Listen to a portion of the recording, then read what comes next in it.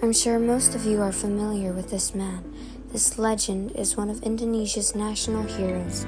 His name is Raden Mas Antowirio, otherwise known as Prince Diponegoro. So what exactly made him a national hero in Indonesia? This is because he played a significant role in the Java War that dated all the way back from 1825 to 1830.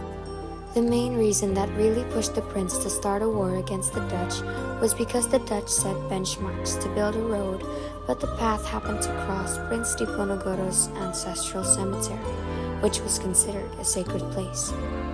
The war started on the 20th of July 1825. The beginning of the war saw large losses on the Dutch's side due to their lack of coherent strategy and commitment in fighting Diponegoro's guerrilla warfare.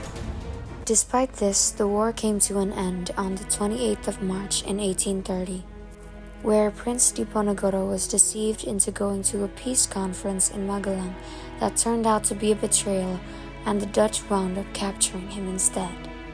The war ended with Diponegoro being exiled to Manado, then moved to Makassar, where he unfortunately died due to old age on the 8th of January 1855. This historic event was depicted in paintings. In fact, two famous paintings were made in which had opposing perspectives on this matter. The first one is called The Submission of Prince Diponegoro to General de Kock. It was made by a Dutch painter named Nicolaas Peenman.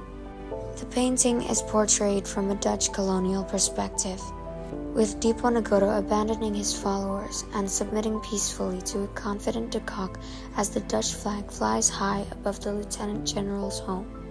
Diponegoro stands a step below de Kock, showing his lack of power. Meanwhile, de Kock had a look of arrogance as he pointed towards the carriage, which will take the guerrilla leader into exile, portraying the Lieutenant General's dominance. In this painting, Diponegoro's soldiers leave their weapons on the ground, following their leader's submission. Some are even seen to have thrown themselves to the ground in front of him. All of them appear to be surrendering to the Dutch power. The center point of this painting is General de Kock with a lamp pointing to him. The painting emphasized on the Dutch's glory. Another painting was made in response to the first one. The second painting is called The Arrest of Pangeran Diponegoro. It was made by an Indonesian artist named Raden Saleh. The arrest is portrayed from an anti-colonial Indonesian perspective, where Prince Diponegoro stands defiant next to General de Kock in front of the colonial officer's house. Diponegoro appears to be struggling to control his anger, still having the will to fight, enraged by the cunning Europeans. De Kock, the captor, stands to Diponegoro's left at the same level as the guerrilla leader. De Kock seemed to look uneasy and unsure, avoiding eye contact with others. The heads of the Europeans appeared to be larger than its normal proportions, subtly mocking their arrogance, and some say it portrayed them to be a Raksasa, a demonic giant.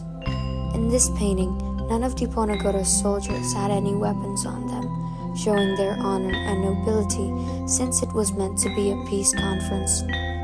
The center point of the painting is Prince Diponegoro with the lamp pointing to him. The painting portrayed the Dutch to have schemed and cheated the Javanese people.